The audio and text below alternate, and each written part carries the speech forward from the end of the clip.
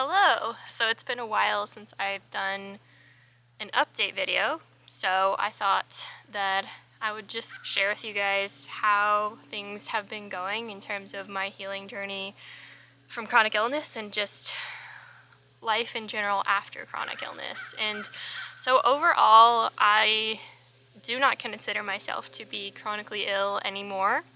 That doesn't mean that I'm 100% healed. I think with healing, we all think of it as this destination that you get to and you're 100% healed. But healing is an ongoing thing. We have to continue to put an effort to maintain our health and to maintain the health of our nervous system. And so, yeah, I would say that I am 85+% recovered from chronic illness. Most of the conditions that I had been diagnosed with over my years of severe chronic illness, I do not meet the diagnostic criteria for anymore. I do not have any sort of chronic pain anymore. I do not have all my severe migraines, pressure headaches. I typically do not have any neck pain, and I do not experience nausea or pain with eating, and I do not experience joint pain. I do not experience joint subluxations anymore. My skin is stronger now, and yeah, just all my symptoms associated with EDS have basically just gone away. I do not meet the diagnostic criteria anymore, even though I was on the severe end of the spectrum years ago, and I completely believe healing is possible.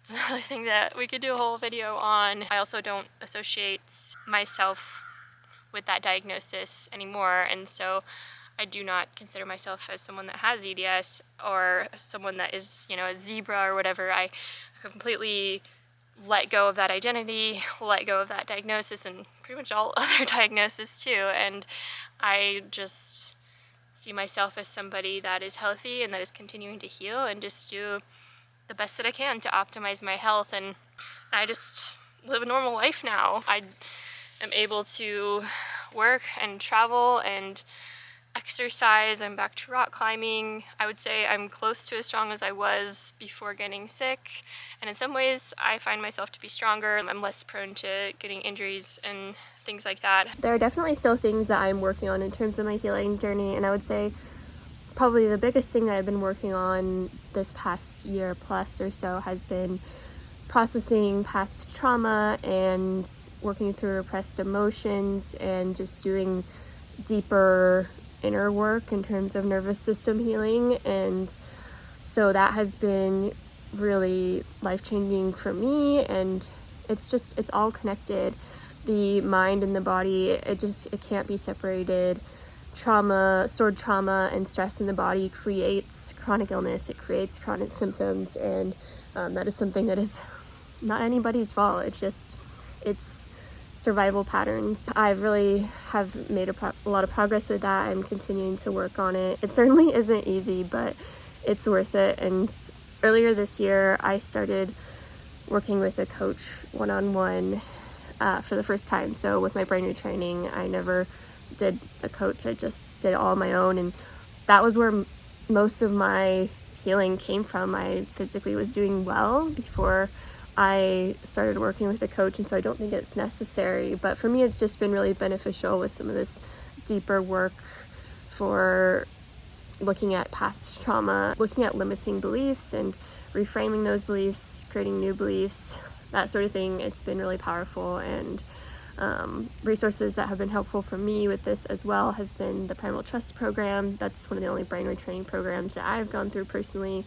that does have resources for working through past trauma and doing things like somatics, whereas the typical brain retraining is a top-down approach and somatics are more of a bottom-up approach. And then also my coach Vanessa from Your Grateful Guide has an amazing resource that has been especially helpful for me in my journey with grief. In terms of my physical healing journey, I would say really the main thing that I'm working on right now is my breathing. So as I shared in my video about my fusion surgery, that surgery worsened my airway, and so yeah, I've just been working on doing myofunctional therapy and just trying to work on nasal breathing and improving my sleep in general, and that's just been a long process. And it's something I think that just will continue to gradually improve over time. And something that I've realized is that even if we have less than ideal structural circumstances, our bodies have an amazing ability to adapt and heal.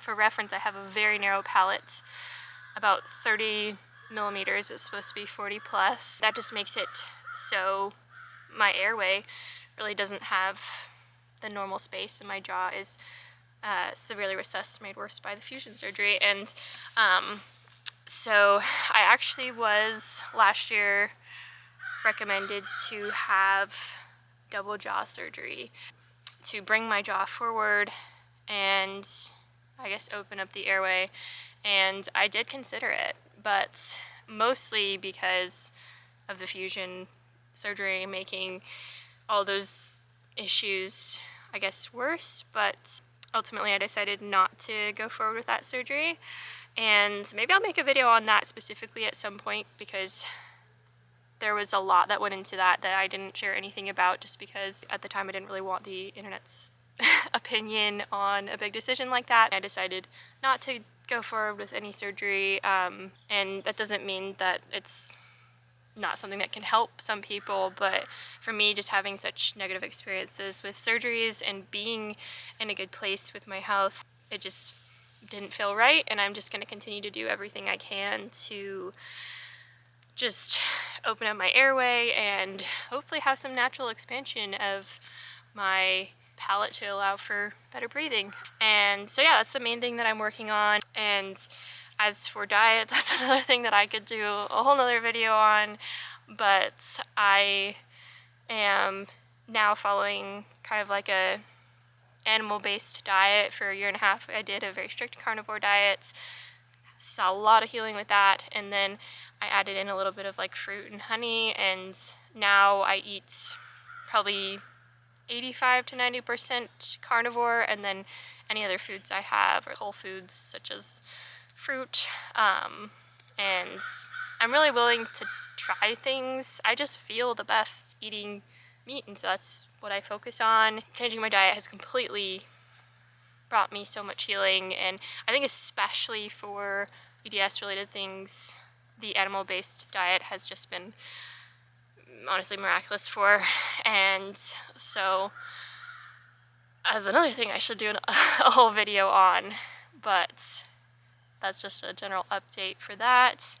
And of course the brain retraining, I am now just continuing to do things to support my nervous system. I don't do the strict 1 hour of brain retraining a day anymore, but I do still incorporate visualizations and somatic practices, and I work on identifying limiting beliefs that I have and working to create new beliefs. And so this is just, yeah, it's an ongoing thing, and I think sometimes people see brain retraining as something you do temporarily and then it's just over with, but it really becomes a lifestyle, and it becomes something that we just kind of integrate into our daily life, and something that changes and evolves as we change and evolve. And so it doesn't make sense to do an hour of visualizations a day for the rest of your life, or for 5 years or 10 years. Like, as we heal and as our life changes, it makes sense to change our nervous system practice and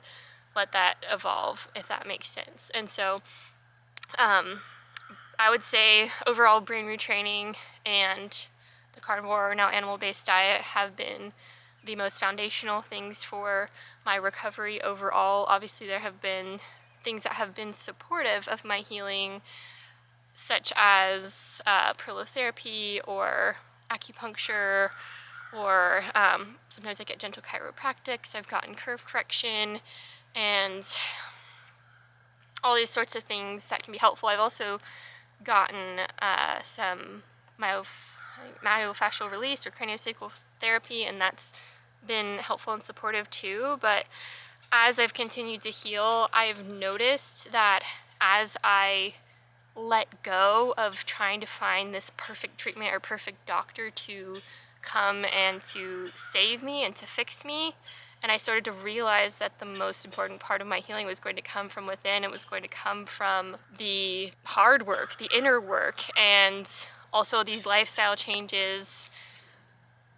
That was when I really started to see the biggest turning point in my healing. And so this is not to say that treatments or providers or therapies can't or won't be helpful for people with chronic illness, but I think when we have that mindset shift of getting to a place where you realize that your body is designed to heal, and that given the right conditions, the body will heal, that is so empowering. And when you take that healing journey into your own hands and you're no longer desperately relying on finding somebody else to come and fix you, that can be a really big turning point. I know it was a turning point for me, and I know it has been for many other people as well. And so yeah, I guess when it comes to my overall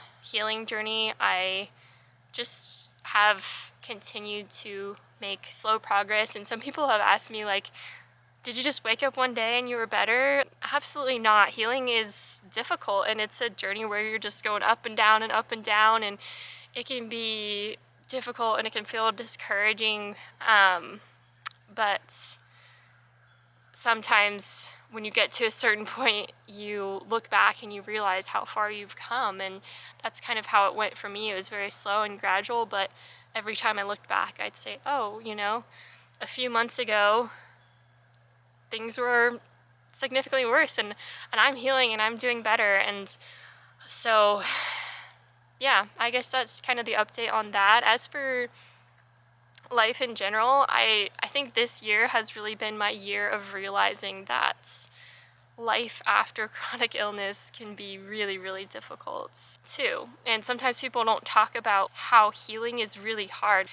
When you're chronically ill, all you can think of is anything would be better than this, and if I just heal, then everything will be perfect. And it's not the case. And I always knew, that life is hard, but I think that realization came to me this year as I experienced a lot of grief and difficult things with our family, kind of all at once. It just made me realize that when it comes to healing, it's not about healing so we have this perfect life. It's about increasing our capacity for stressors and for challenges in life, so that when those things come, we will have the resources to handle it, and that we will have the capacity to handle it. And so that's been a blessing to learn this year. As you guys know, if you saw my last video, I experienced pregnancy loss earlier this summer, and that was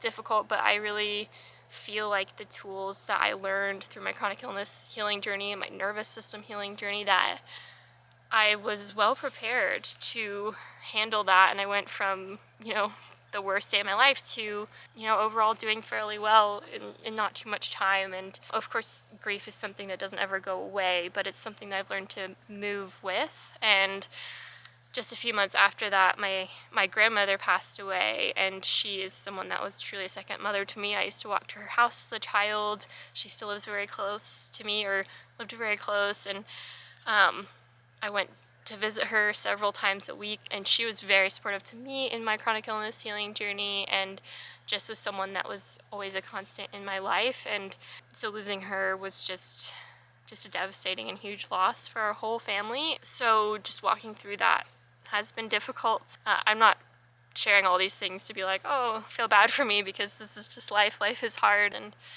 we all go through hard things. And so, yeah. But anyway, a couple weeks after my grandmother passed away, unexpectedly, my grandfather had a fall playing tennis, and he fractured his neck. He was in the hospital for a week, and he passed out for almost 10 minutes after that. And so I really thought we were going to lose him too. And he is, the same as my grandmother, very, very close. My grandparents were truly immediate family growing up. Thankfully, he has been recovering well, and he came on a trip with us this past week, and that felt very redemptive and just like a special time for our family after a really difficult summer. And so I don't know, I guess it's just been really beautiful to realize how grief expands our capacity for joy. And that feeling of like after a serious loss, that first feeling of joy again can just be a beautiful thing. I just think that grief in general is something that is a catalyst for change, because life doesn't look the same after grief, and grief can come in so many different forms. You know, it can be from loss of health, it can be loss of a dream or a relationship or a loved one. We all experience it, and so learning to walk with grief and to not suppress it can just be so powerful. So yeah, that is kind of the update for how things are going, and also a little bit of a life update for you. Let me know if you guys like these videos that are kind of just less edited and more just chatting about a certain subject, because they do take less time to edit and everything like that. I am hoping to make more videos soon. I know a lot of you guys have requested more of the guided visualizations. I have a lot of ideas in mind for those, and I hope that I'll be able to get to them soon.